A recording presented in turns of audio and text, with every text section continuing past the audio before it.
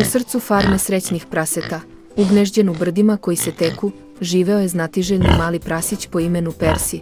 Persi nije bio običan prasećić, bio je pun znatiželje i želje za učenjem novih stvari.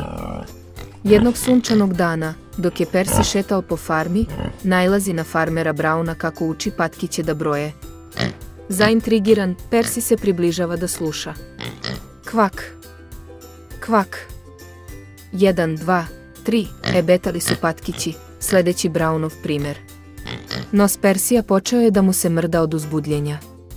Šta se ovde dešava, farmere Braune? Pitao je. Pa zdravo, Persi. Danas učimo da brojimo, odgovorio je farmer Braun sa osmehom. Brojanje. Zvuči zabavno. Mogu li i ja da se pridružim? Persijevo uživanje je bilo očigledno.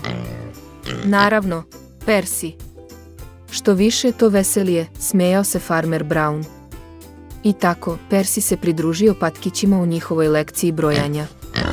Svakim danom, Persi je učio da broji zajedno sa svojim perjanim prijateljima. Čak je pomogao farmeru Braunu da izmisli zabavne igre za vežbanje brojanja po farmi. Kako su dani prolazili u nedelje, Persijevo znanje je raslo, kao i njegova ljubav za učenje.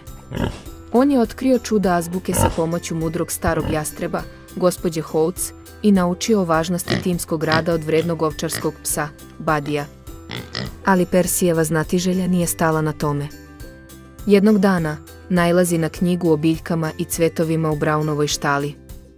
Zaintrigiran, Persi ulazi u svet baštovanja, želeći da nauči kako da odgaja svoje povrće. Sa uputstvom farmera Brauna, Persi je zasejao redove semena u bašti. Polivao ih je stručno, vukući pljeve i strpljivo čekajući da proizađu. I pre nego što su se ihtarila provukla, bašta je bila puna živopisnih boja i ukusnih povrća, zbog Persijevog truda i posvećenosti. Ponosan na svoje postignuće, Persi je podelio svoje novo znanje sa svojim prijateljima na farmi, učeći ih kako da brigu o biljkama i važnosti jedenja sveže, zdrave hrane.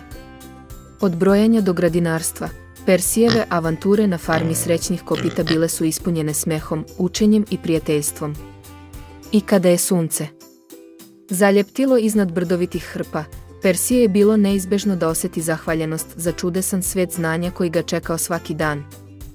I tako, s zadovoljstvom, Persi se snežu u svoj kao krevet od slame, sa snom o bezbrojnim avanturama i otkrićima koja su ga očekivala sutra, spreman da prihvati svaki novi dan sa nosom punim radosti i srcem punim znatiželje.